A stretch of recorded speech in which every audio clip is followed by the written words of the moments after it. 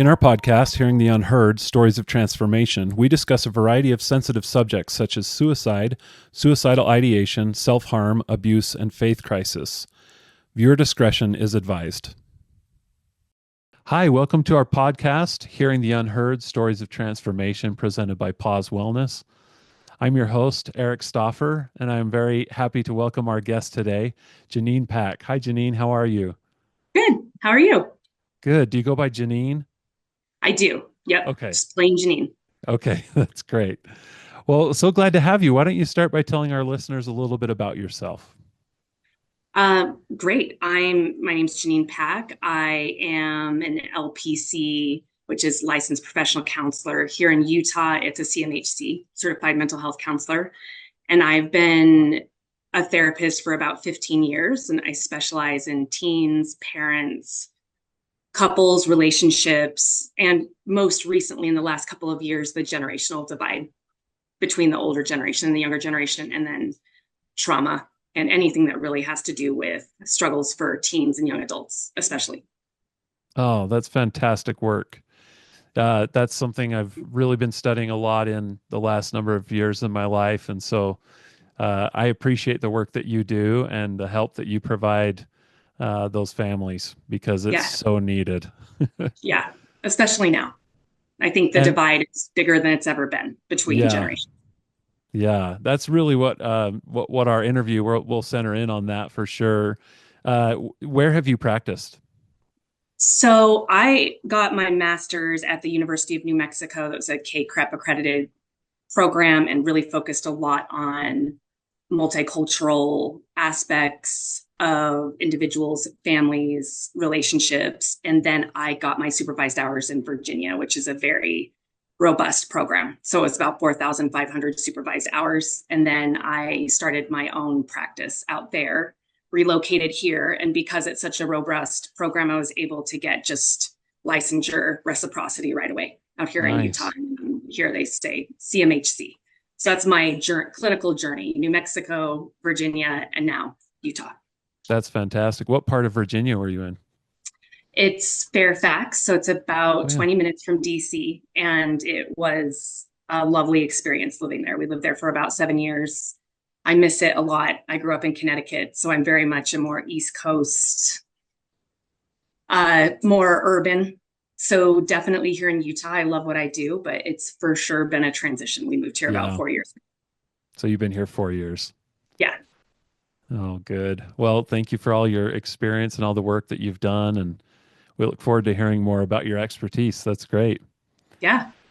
Why don't we start with just a little bit about what you mean by generational divide and what does that mean as far as mental health? I think I've been focusing on this for a while, the generational divide, as in where you have parents, leaders, teachers not quite connecting with millennials, but especially Gen Z and Gen Alpha.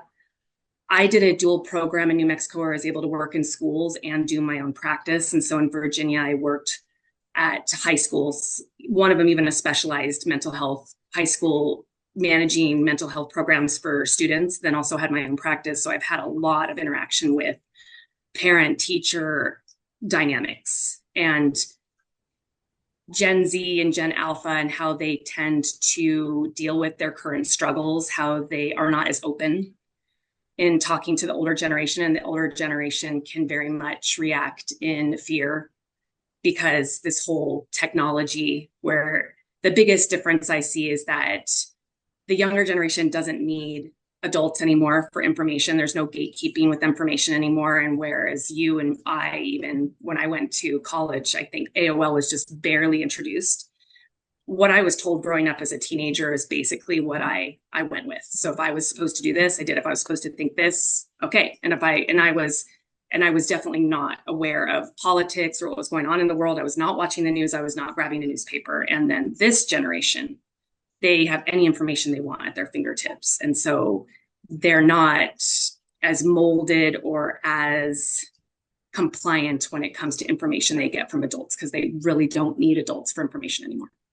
Yeah, that's a great way to phrase that. That It's like our parents were the encyclopedias growing up, right? If we Yeah. needed information, we just ask our parents, Yep. and they are, like you said, gatekeeping. So, Yes. we raised our children the way that they raised us, the way that they wanted us to be raised, with the Yep. information they wanted us to have. Yep. Whereas we, as parents today, we don't have that. We don't have that power. No. No. And maybe it's a good thing. That's That's what that's I was one going to thing that ask. I Do you think see. that that's a good thing, from a therapist perspective?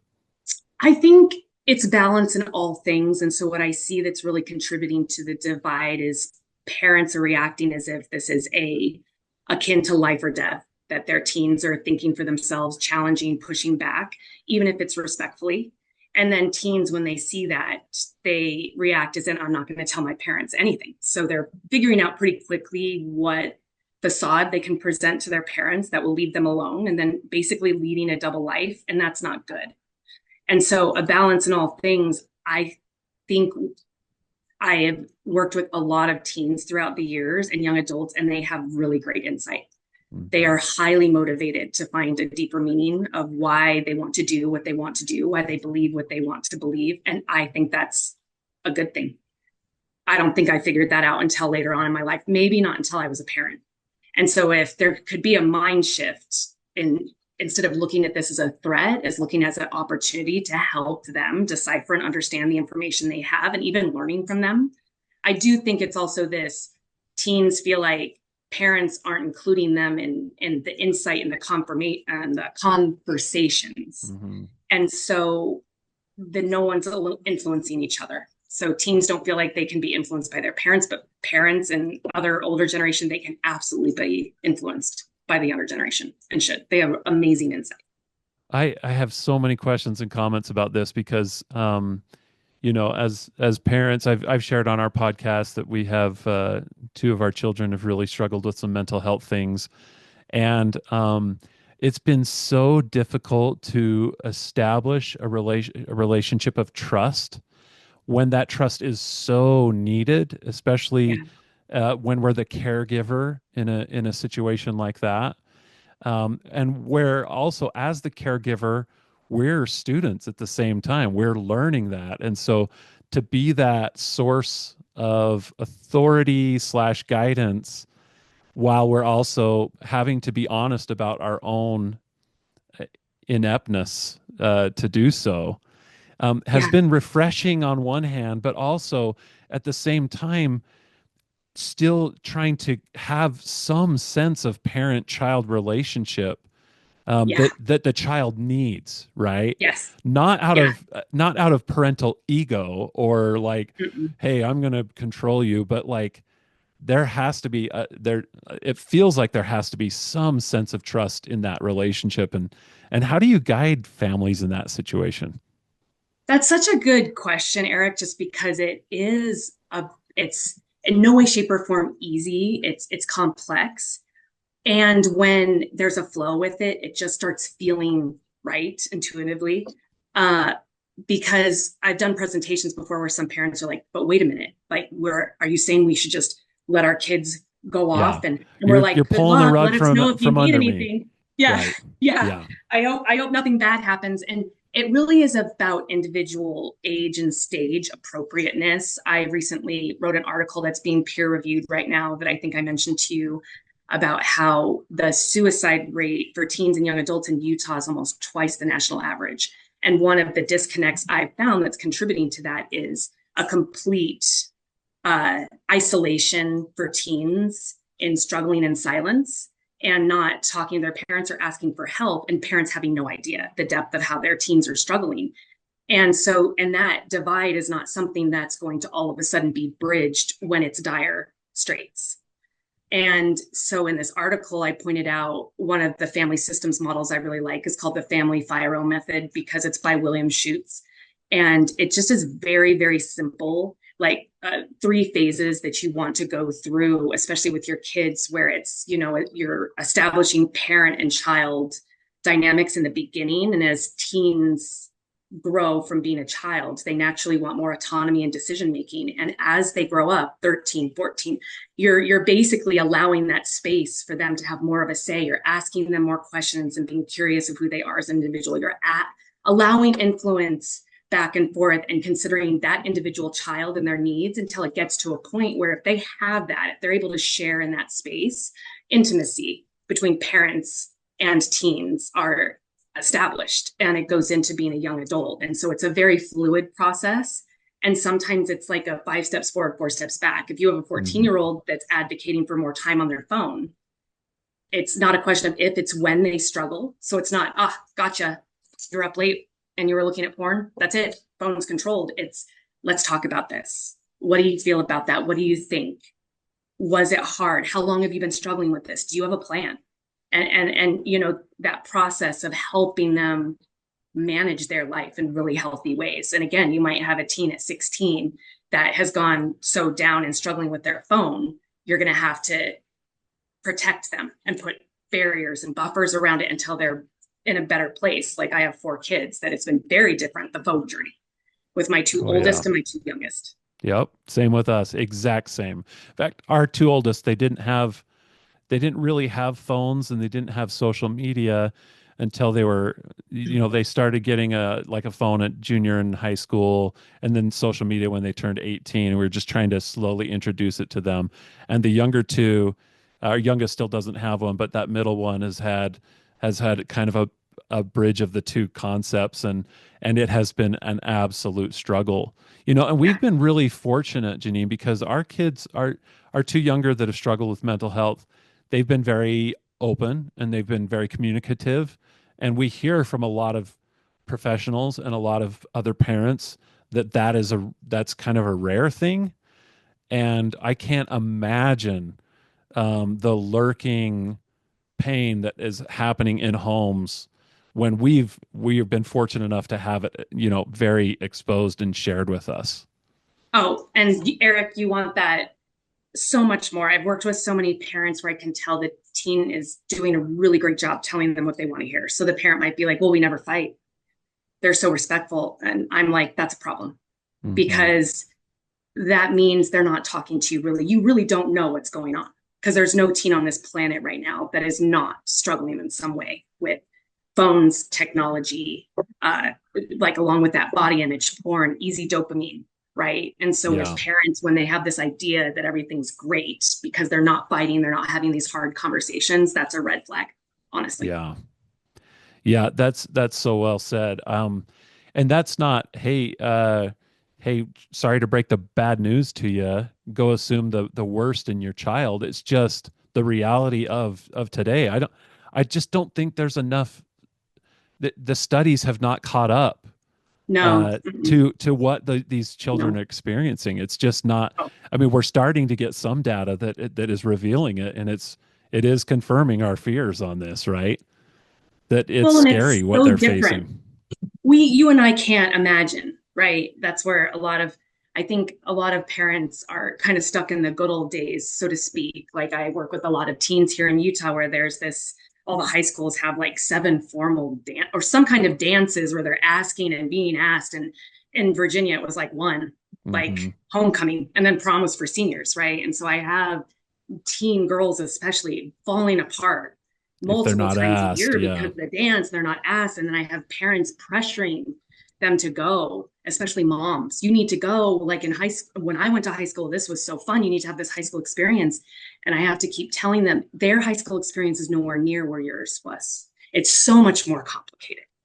If they're not getting a good experience from this dance, it's not a thing that they need. And in fact, it's probably harmful to them. And so many parents just, they don't have a concept of how much mm, more complex and complicated it is to be a teenager. I, for one, am so grateful I didn't have a phone when I was a yeah, teenager, because I would have been a wreck.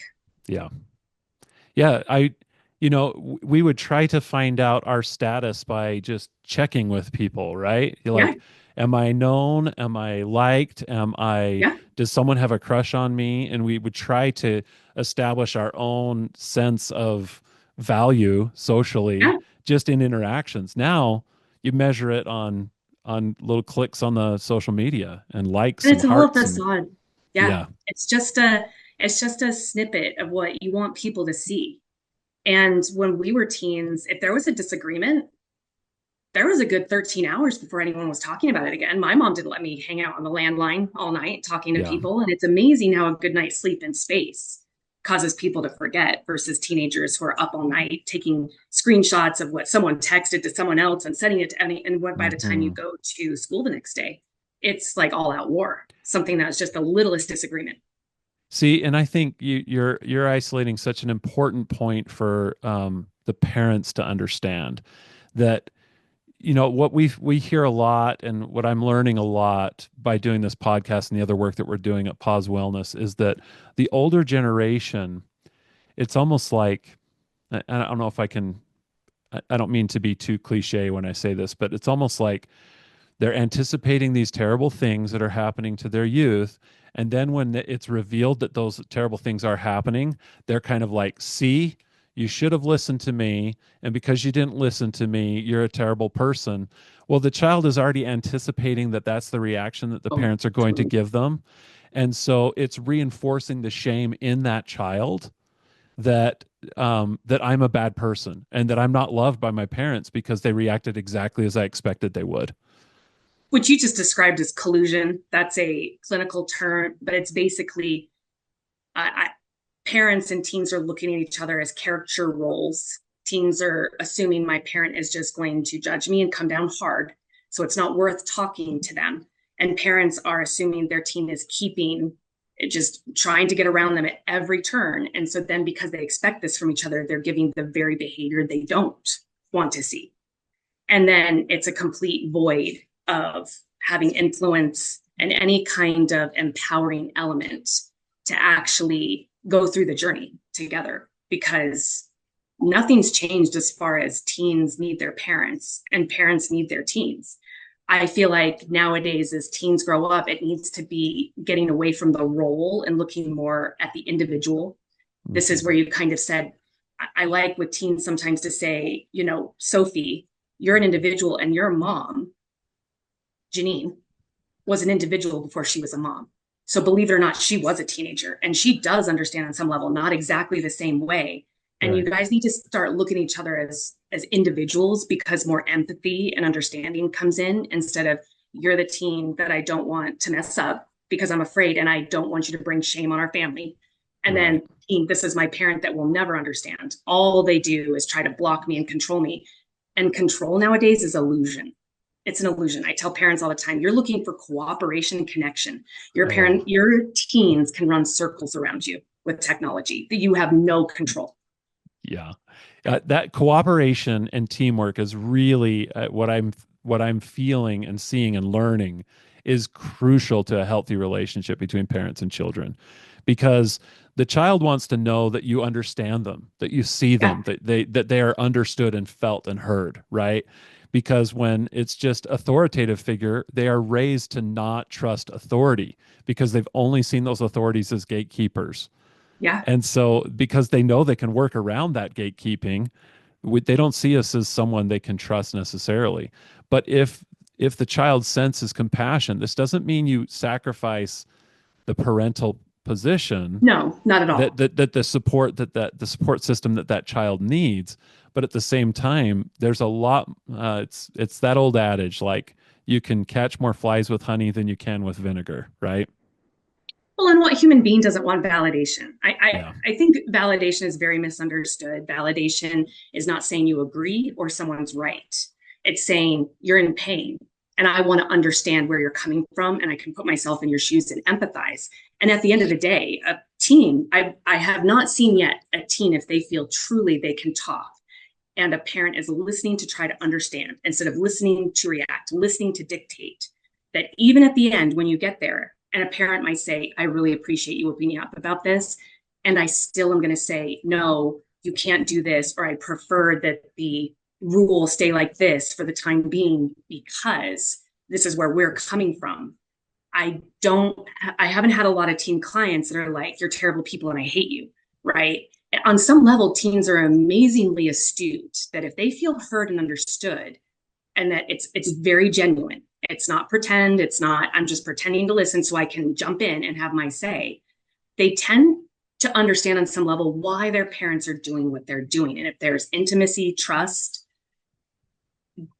they accept it. They may not like it and they might not even agree, but they accept it and work with the parent and won't put as much energy to work around them.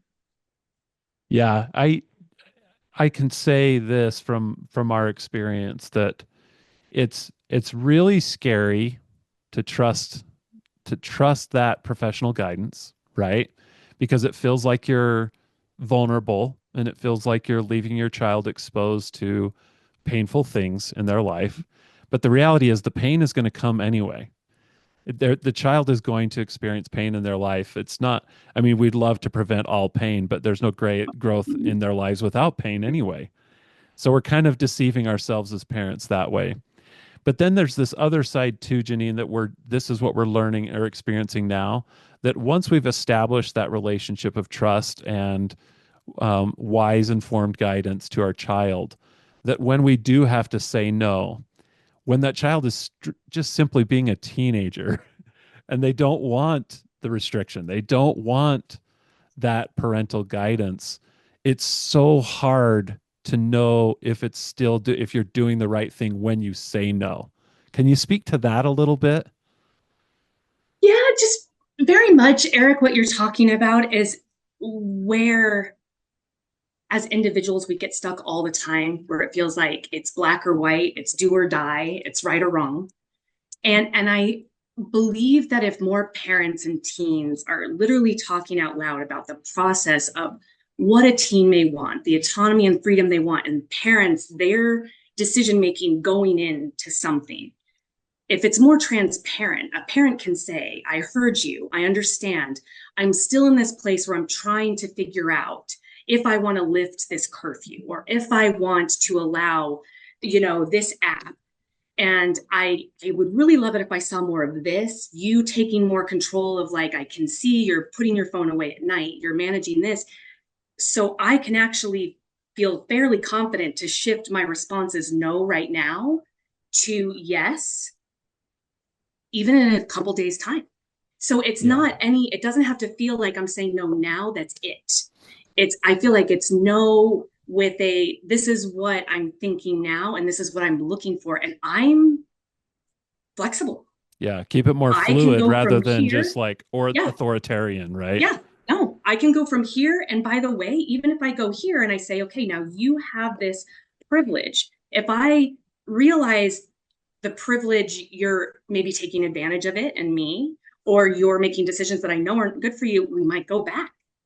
And then, but that won't stay there either. Well, that could even catapult you even more to being committed to growing, being more aware. So we can actually go from going backwards to past where we were at. Does Hmm. that make sense? It's Yeah, so totally. very flexible and fluid.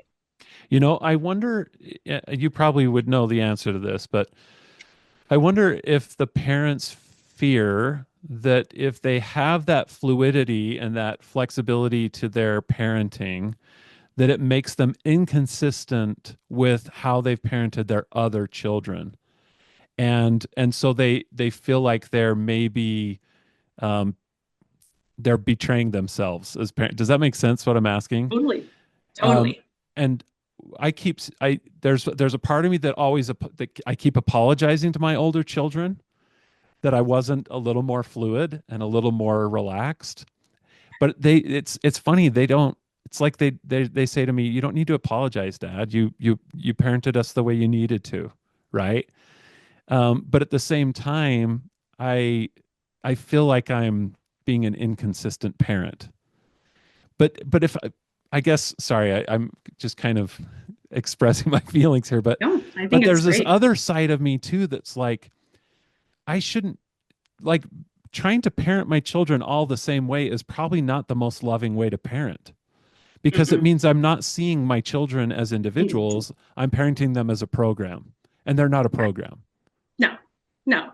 And your older kids are right. I mean, that those are kids that have good insight where I don't even think parents should apologize unless there's very hard evidence of some kind of systematic abuse. I tell parents lean into it all the time where it's not consistent. Maybe you were even more strict with your older one because it was your first child. You don't know what you're doing.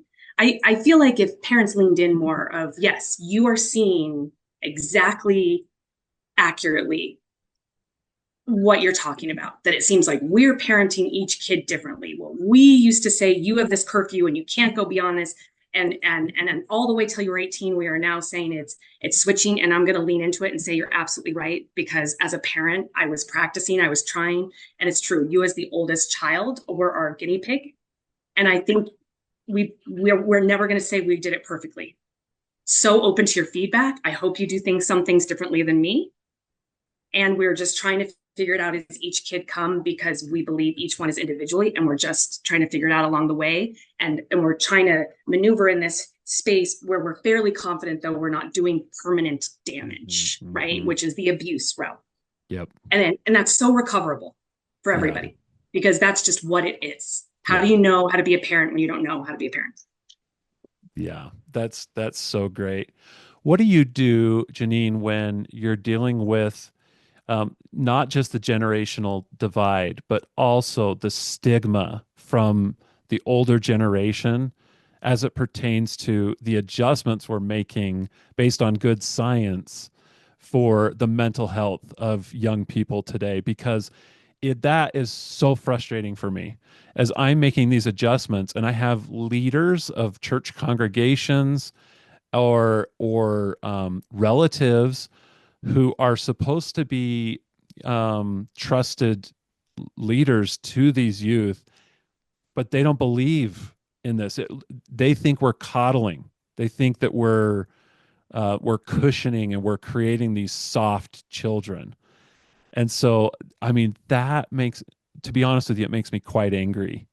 Um, I I don't know if you feel that way, but it I just, empathize. because it feels like it undermines all the work we're doing and all the research and study we're having to do to create a healthier scenario for our suicidal children, you know? Oh, yeah. Please don't like undermine all the work that we've done to keep them safe.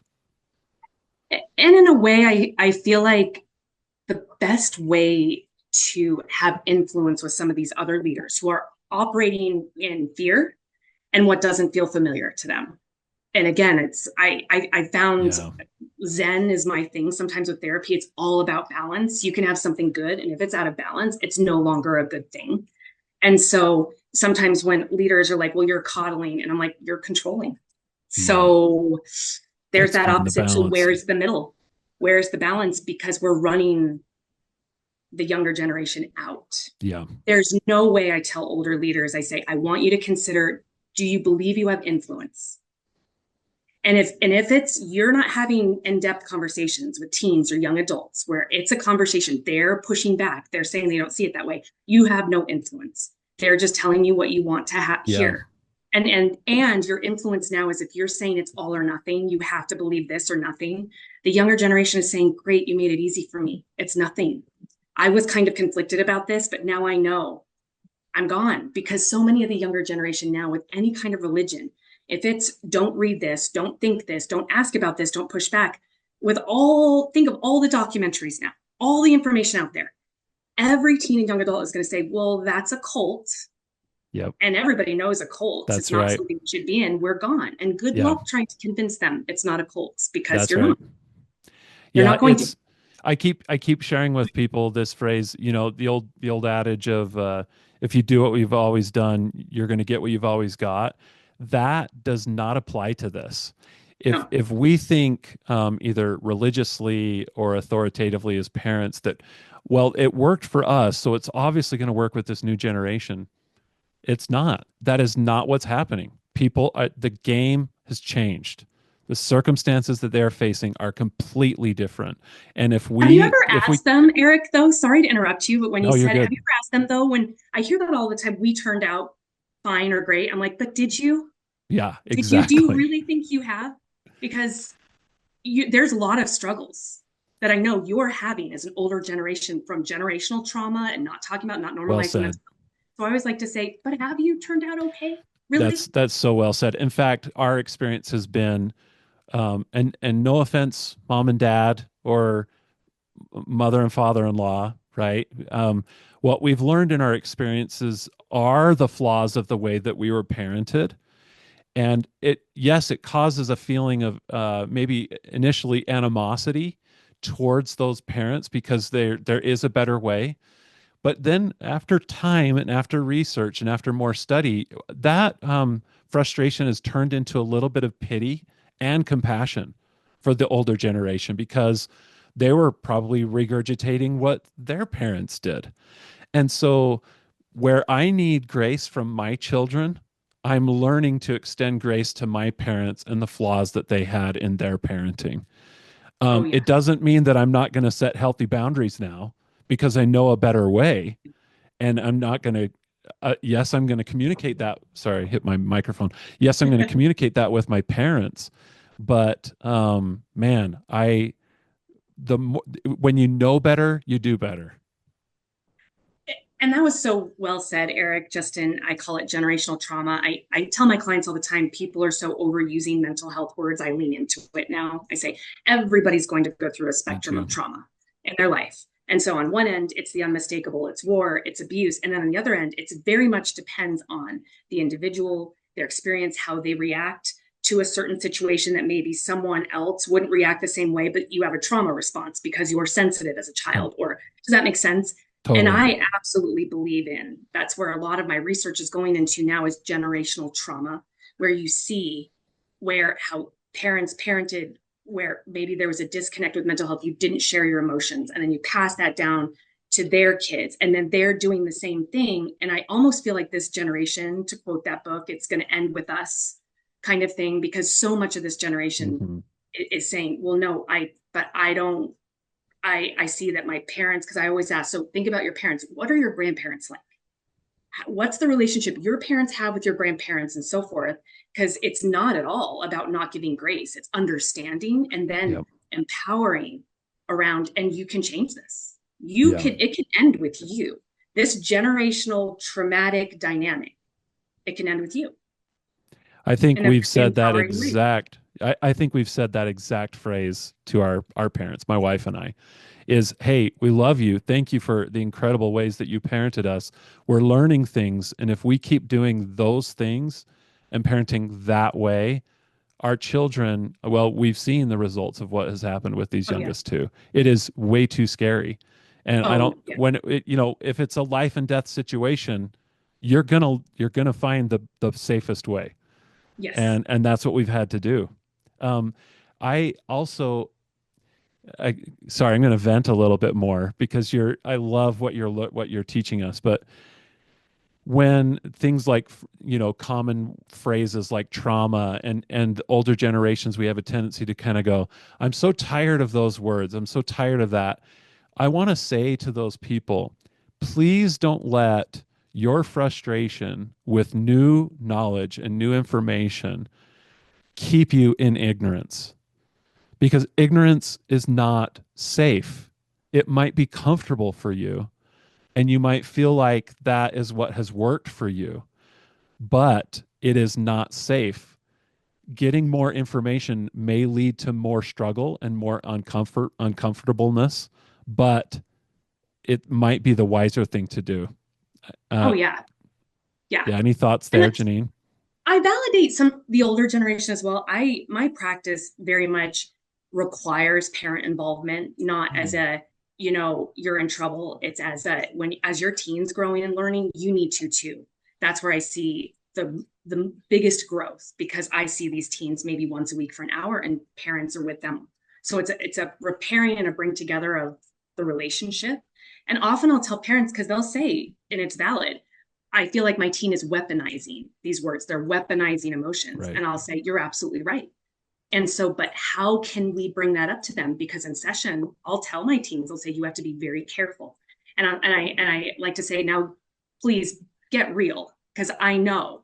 So don't kid a kidder. I live and breathe teens all day. I remember how it is to be a teen. And I think when you say this and this, like you are terrible to me as parents and I'm struggling now because you're a bad parent. Do you really believe that? And they'll often say, no. And then I'll say, then why are you saying it? Right. because it's a point of control. Because, and I'm like, and then you've lost your power. Right. So it's true. Sometimes I like to validate the older generation to say, again, you're reacting in an extreme way. So the more and more you say trauma's not a thing, we won't talk about that, it's an excuse, then teens are going to way dig in more. And though, if you bring it in more in the middle, and I say teens, do not weaponize Yeah. trauma. Suicide is another thing sometimes Oh yeah. teens weaponize. If you take my phone, I'll commit suicide. I'll say, you lose your power, it will never work. So be very intentional. Everyone's gone through trauma. Your trauma is an individual thing. We've established you haven't been through concrete abuse. So your traumatic experiences because of you as an individual. And you need to explain to your parents why this is so hard instead of thinking that saying the word trauma stops all conversation and you get your way. Right. Yeah, the weaponization of suicide is an interesting one for us because when our daughter was first suicidal, we were kind of raised in the generation where you don't talk about suicide because if you Oh, talk yeah. about suicide, then you give ideation, which then Oh, leads yeah. to suicide, Yeah. right? Yep. And thankfully, we're learning more on that. But when our daughter first started expressing it, we could tell she was very vulnerable. It didn't feel like a weaponization, and so we trusted it. And then, but then in various developments of teenage angst and teenage emotions, we can tell it's almost like you can sense when it becomes a little bit of a weaponization. Sure. But at the same time, we respect her authenticity and experience, and we say, "Okay, Lydia, tell us, are you just angry or are you really in a place that's not safe? Can you please explain that to us?" And she's been very good at expressing that. So that's we have to kind of get rid of some of those stigmas as well and fears that we have as parents. Well, and it speaks to your relationship that you built to be able to talk that way. Because through my practice, I've created my own 5 tiers of suicide that's really helped me Mhm. explain to parents and other people in presentations what this is, because suicide and suicidal ideation has become very complex, Mhm. even just with how more prevalent it is, how even shows like 13 Reasons Why tend Yeah, to glorify it in some way right. and make it almost like an enviable escape. Yeah, almost Do you know what trendy. I mean? Yep. Because even one of the first tiers that I created is I just call it's passive suicidal ideation, as in teens will say things like, I wonder if anyone would miss me if I wasn't here. Like, I hate my life right now. I'm so overwhelmed. I wish I could just die. And that is where I tell teachers, leaders, parents, there's something deeper going on that you can get to just by stating what you think it is. Are you saying you're lonely? Are you lonely right now? Is that why you're wondering if people will miss you? Do you feel like you have any friends? I'm so overwhelmed. I wish I could die. Are you feeling like it's too much right now? I said, teachers come to me all the time when I worked in high schools and said, this student said they wanted to die. And really, the teacher, for sure, for safety, can report it. And they could just get right down to the matter and ask, are you feeling really overwhelmed right now? Do you feel like this test and this project, what are your other classes looking at like right now? Actually gets down to the heart of the matter. Yeah. Man, that's so helpful. That's so helpful. Do you have resources that you like to recommend people to? Yes. One of my favorite books, I actually have it right here, Marching Off the Map. This Mm. is Tim Elmore. Interestingly enough, I was doing mental health counseling and running mental health groups at a high school where the principal asked that all the teachers and everybody who worked in the Mm. school read this. And it's for parents, coaches, anyone who works with teens. But Tim Elmore and Andrew McPeak have gone way in depth of how this generation is varied from the other generations. They call it like they're pioneering new ways of looking at almost everything.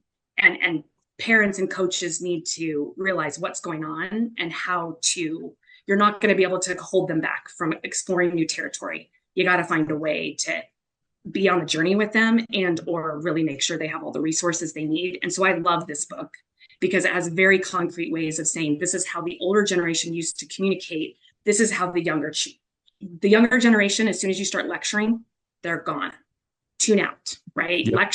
Lecture is a thing of the past where parents would Oh sit yeah. down and tell their children to gather around them and they just talked for about 10 minutes about this and that, and all the kids like this, right? It Yep. doesn't happen anymore. Yep. Jonathan Haidt is another one that I really like. He just wrote The Anxious Generation, Hmm. and he does a really good job of outlining how technology has affected the younger generations and even how it's affected females and males differently. It's interesting that you mentioned that about lecture because, first of all, yes, that's exactly how my children respond. As a teacher by trade, I have a tendency to go into lecture format. Yeah. And the funny thing is the more we've studied just at Pause Wellness, our educational pursuits, all the research shows that lecture is the least Yeah. effective form of education, of Oh, educating yeah. and teaching. And yet it's the default position we take as parents is just to go and lecture. And by far, not even close, the clear winner of the highest form of teaching and learning for the learner experience of retention is counsel, is to counsel together. It's to give the learner the opportunity to express and to speak, not being the talking head as the authoritative figure. And a lot of religious organizations struggle with this as well, big Oh time. yeah. I've been to many different religious organizations where I'm in different capacities of being able to take a large group of teens and bring topics that they're actually interested in and ask them to anonymously write down on a piece of paper what they think about this topic, what are their questions. And it's amazing how someone picks a paper and reads it and you speak to what some other teen has asked about, and adults in the room are always blown away with the information that comes out when it's anonymously really saying what you think, what you're struggling with in a very real way. And then teens are actually experiencing an adult saying, I really want to know what you guys think about this. And I'm talking the least. I am, you Yep. know, group therapy is one of my favorite forms of therapy. And Yep. basically you can even do it with 30 kids where it's just think about what other people are talking about. How do you resonate with this? What's your comment? How do you connect? What do you think? Have you had this same struggle? What have you done about it? And I'm saying maybe just what do you think? It seems like you have a comment. Nothing. And what comes out of that That's discussion? I really feel like it's why podcasts have become such an effective form of learning for people. It's not the authoritative figure only. It is the Yeah, back and forth between interviewer and expert, right? That totally. that people learn from. I'm currently in a leadership position in my faith for education, for Sunday school type things. Oh, And yeah. what's really interesting is we've tried to go around and train to trust this council-based research. Yeah. That if you can adapt this council-based learning to what that's the setting that you create in the classroom, it is a much better experience. And it is so hard to get the older generation to trust it Yeah. because they are so used to the talking head lecture format. Yeah. And it's not historically, I think a lot of teenagers have said the Sunday school type classes are their least favorite. Yep. Do you know what I mean? They'll Yeah. even avoid them like the plague. That's why they're not going. They're not attending. And Yes. that's why we go around and say, hey, they're not coming because they don't want to be lectured to. They want to be able to participate. They want to be heard and Yeah. understood. And it's boring. And they're Yep. there with their peers. It can be engaging, and they're the ones more than the adult that can speak to how this material relates to their lives right now. Because it was really interesting, Eric. I'll just give an anecdotal story. Is my husband and I were in a situation where we were able to teach a Sunday school type lesson, Bible study, so to speak, with a group of teens. And I asked them all anonymously to write on a piece of paper what they felt like their biggest struggles were as a teenager. And almost all the papers said swearing. Hmm. And I'm reading them and I just stopped and I said, really? This is what you as 15-year-olds are struggling with the most, swearing. I don't buy it. Why Yeah. are you guys writing this? And they all looking at each other like, what? We can't write this down. I said, I just don't think this is your biggest struggle. There's Right. no way and then I just started saying with phones and self-image and relationships and objectifying of women and porn. And I said, there's no way, I don't believe you. And one of the kids raised their hand and they said, well, we didn't want to write down what we're really struggling with. And I Yeah, said, why? that's And right. they said, because we're afraid you're going to tell our parents. I That's said, right. but these are anonymous. And they said, well, you think you're still going to just go up to them and say, Yeah. guess what People we can found do the out in the math. class? Mind blown. I just looked at them and I said, I would never. I would have no effect as a teacher at all. Has this happened to you before? Wow. Like I'd never been in a situation before, and it was in Utah, where about 16 teenagers, 15 and 16, said they weren't being honest anonymously because even then they were afraid I was going to go report to their parents. 100%. I believe that with all my heart. As a religious educator working with teenagers, that's what I've seen most of all. I'll try to do some of those questionnaires, the anonymous questionnaires, and I have to prove to them that I cannot trace their answers, right? So I'll Yeah. say, "What is your biggest challenge? What is your biggest concern right now?" And I have to show them, write it on a piece of paper, don't put your name on it. I'm going to mix them all up before I read them back, and then I'll read them back to you. And then Yeah. I start to get some honesty. And Yeah. when they're honest, it is mind-blowing how much they are It dealing is. with. Think about, Eric, though, all the faulty data Yep, that we could be getting in some of these religious organizations that are that's right. showcasing data that is so inaccurate because of a younger generation, which we should be wanting as much data as possible from them because they don't believe they can be truly anonymous without it somehow coming back and in a way them being punished for it. That's right. And take something like porn, right? So if they're struggling with porn and they're afraid that if their parents discover they have a problem with porn, that the response is punishment, right? Let alone whether or not the parents would actually punish the individual. The assumption of punishment is the worst thing that someone who's struggling with porn can deal with, right? Because then they're just going to stay in the shadows, they'll stay with the shame, and they're not going to get a healthy approach to learning to manage their appetites and passions, right? And they go And underground and it that's becomes right. way more pervasive And then it because just gets they worse and basically worse. give up. Mm-hmm. Yeah, Yeah. I wish we could realize what a hazard um, that the that generational divide creates this kind of assumption of shame and punishment to our youth, and so they only have each other. Yeah. They're not willing to engage in a healthy relationship and dialogue with their parents or authority figures. Or Eric, they're not even talking to each other. That's something that's also True. very concerning to me that I've even realized, even this day and age of Me Too and more awareness women in Utah, there's a very pervasive underbelly of complete disrespect between male and females as far as relationships. I feel like there's so much control around girls and boys shouldn't be hanging out together. And then when you get to a certain age, oh, now you're allowed to hang out Mm, and do things. They have no idea how to interact with each other. And it's so, as they mm, would say, uncomfy, awkward, which the Gen Z generation would rather cut off their arm than feel awkward. They're getting to this, well, want to make out? It's like kiss count, yeah. body count. You know, Yeah. there's no longer girl boy relationships is no longer normalized. It's all these blurred boundaries. And parents have no idea this Yeah. is going on. None. So it's also on such a deep level, so unhealthy how they're interacting with each other because I talk to so many teen girls here who are doing this and that with their boyfriend and being pressured. And I'll ask them, I am assuming your parents have no idea. I would never tell them. What about your friends? Are they, oh, we don't talk about that. I suspect that it is, but we don't talk about that. So they're basically suffering in silence and in Mm, isolation. man. You know, Janine, that's what I love about the perspective. And I'm so excited about the work you're going to be able to do or are doing already here in Utah, is that you have this kind of outside perspective of being on the East Coast so much. And Utah is, I mean, it is its own beast, right? Oh, It is a cultural uh anomaly. it's not Happy And Valley. yeah, it's not. It's the perception of it's the front of Happy Valley and underlying trauma that needs deep compassion and understanding and work.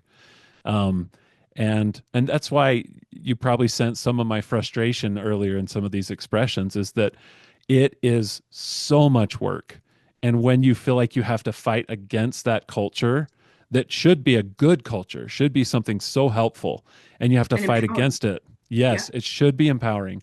And you have to fight against it because it can undermine so much of the work you've done. And I just have to be careful when I No, express these I feel frustrations you here. and I empathize because it comes from a place of really caring. Yeah. It's so much where if you talk to anyone who's reasonable and you ask them, so you just want it to appear like they believe this, they're doing this, you don't really care what they're doing. I think any honest, reasonable person would say, well, no, no, no. Yet that's how you're acting and that's the message you're giving. Yeah. I have never seen also such enmeshed family dynamics before within whether like a religion that's emphasized in a place where there's a lot of cultural tightness. There's like so Yeah. many of a certain religion that there's very little tolerance for going outside of that because it's not like that, say, in the East Coast. There's grandparents living on the same block as parents, and then young adults who are married or on their own treated like dependents Yeah. where they might say, this is how I want to get married. I don't think so. You're getting married this way. Well, I Right. don't really feel like I'm in a place where I'm ready for that. I want it doesn't matter. You will, because the look that, so nobody really knows an individual and who they really are, what they're really struggling, what they really think. And you have young adults, 18 to 25, even 30, still being treated as if they're dependents. Yes. Ironically, as a Latter-day Saint myself, um, what I wish we realized is that goes against the very fiber of what we Yes. believe, right? Yes. It goes against the concept of agency. Yes. There's this article of faith that says, "Let them worship how, where, or what they may, according to the dictates of their own conscience." If I had a nickel for every time I quoted that on this podcast, Yes. Yes. because And it is not when we are enmeshed like that and we're in a condition of control, we are violating the fundamental doctrine of agency. it's free agency and choice and accountability. That's This right. the control, that's Satan's plan. I've even said in sessions to young adult clients or even parents, you know who you sound like? The Pharisees. That's right. Jesus Christ was accessible. Jesus Christ was with the den of thieves. Jesus Christ was with everybody. And he wasn't judging and dictating to them. He was talking to them. He was being with them. You act like you're up in your gate, looking down at everybody else and saying, I'm not going to talk to you. You're dirty. I don't like you. You're not Yeah. acting how I am.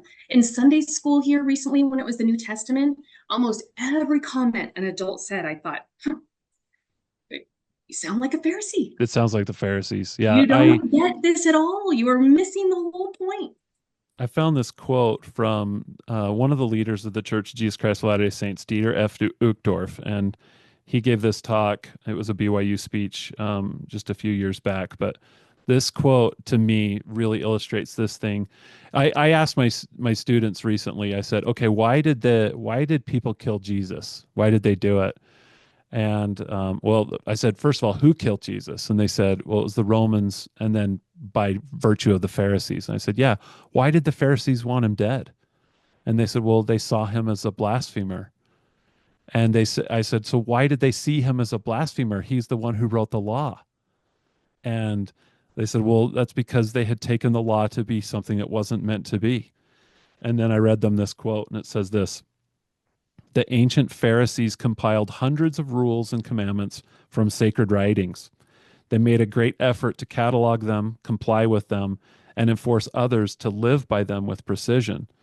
They believed that exact obedience to the smallest of these procedures would lead people to God. Where did they go wrong? They lost sight of the center. They lost sight of what was of most worth for their eternal purpose. They saw the multitude of rules as ends in themselves instead of as the means to an end. Are we susceptible to the same mistake today? If we were to brainstorm, I am sure we could compile a list of latter day expectations that would rival those amassed anciently.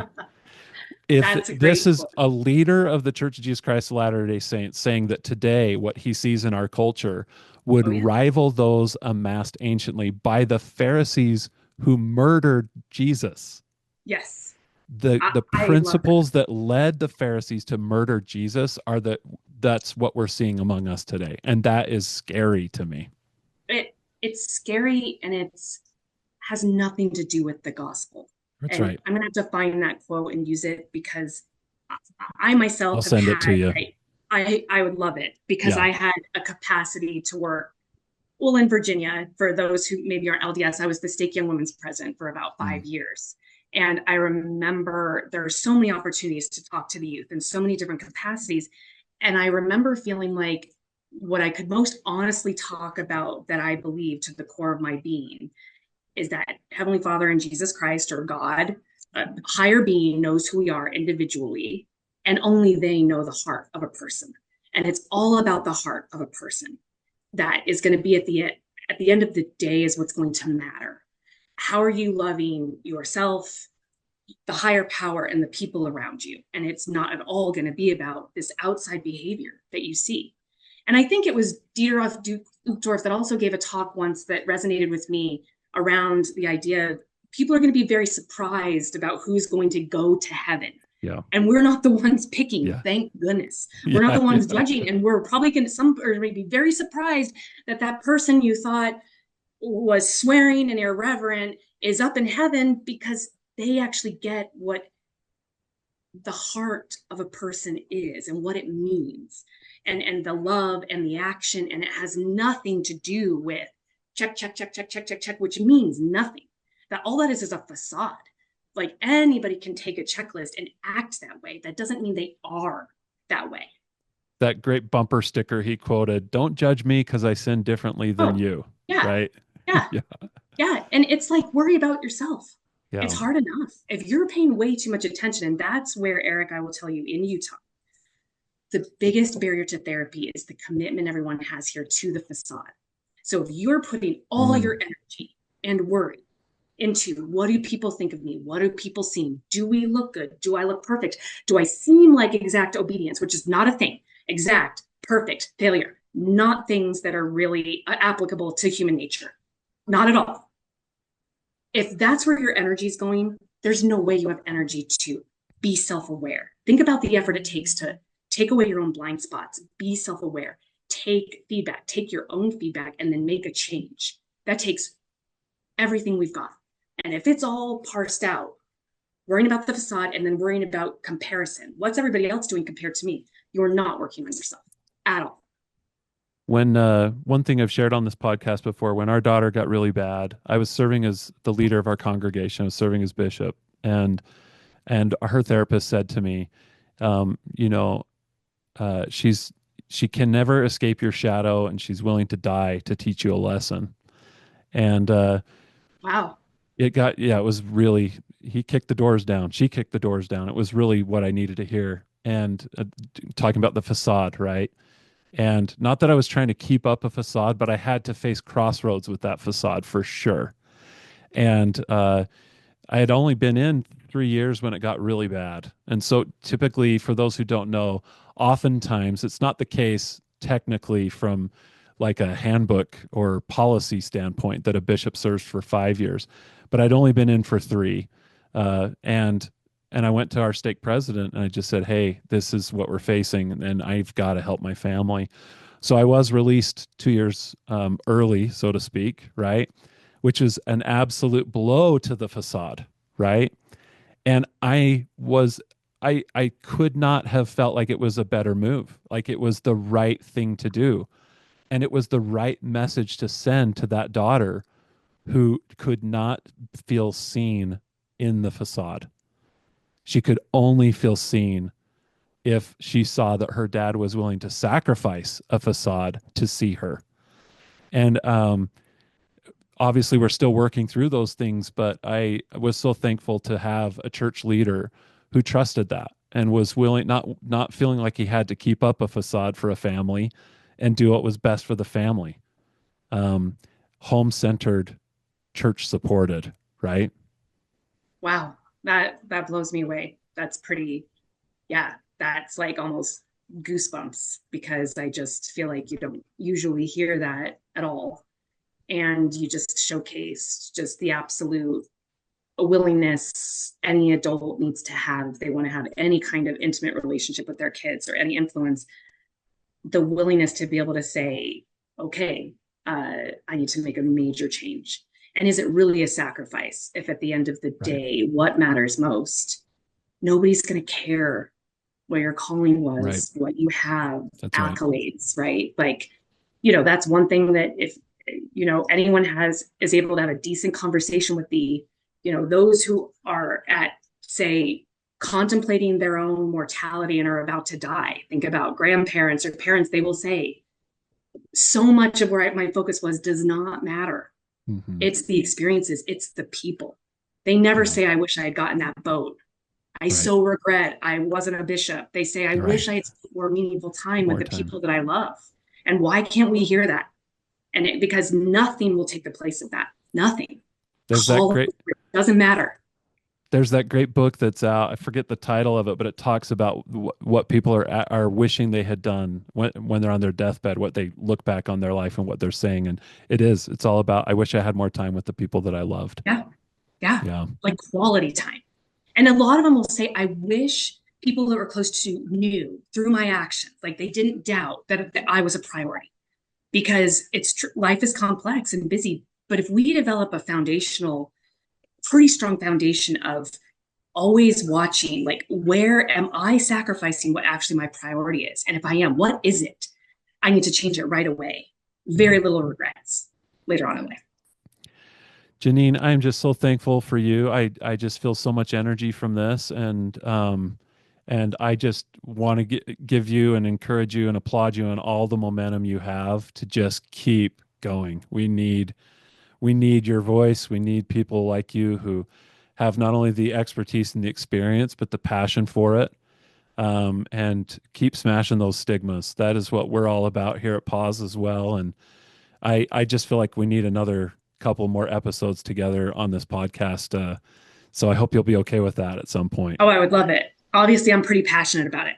Yeah, me too. Me too. And Yeah. I'm so thankful for you. And I have more to learn from you. And so I hope you Well, don't me mind from you. a text a little here or there when I've got a situation I got to deal with. So, Well, I'm impressed. I really appreciate what you shared because it is very meaningful to well, me. we have a great therapist and I'm just so thankful for him and just good people who I'm always saying to my therapist, I know you pay a price and I know you carry so much. And I get emotional when I talk about it because I know how hard it is to carry these heavy things for people. But I am so thankful because it keeps me going and it keeps my family going. And so thank you for the price you pay, Janene.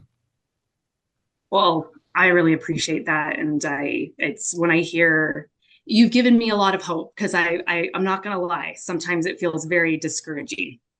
But when just your story, especially as bishop and asking to be released for your daughter and for what you felt like was most important is very, it's encouraging, doesn't seem the right word. It just gives me a lot of hope and empowerment to that, just knowing that you're on this earth somewhere in Utah. Yeah. It means a lot. And I would, yeah, anything that you need, I would help and support in any way. Same here. Set right back at you. Thank you so much. And we look forward to learning more from you and appreciate you, Janene. Thank you so much for your time. Anytime. Thank you. All right. Bye bye.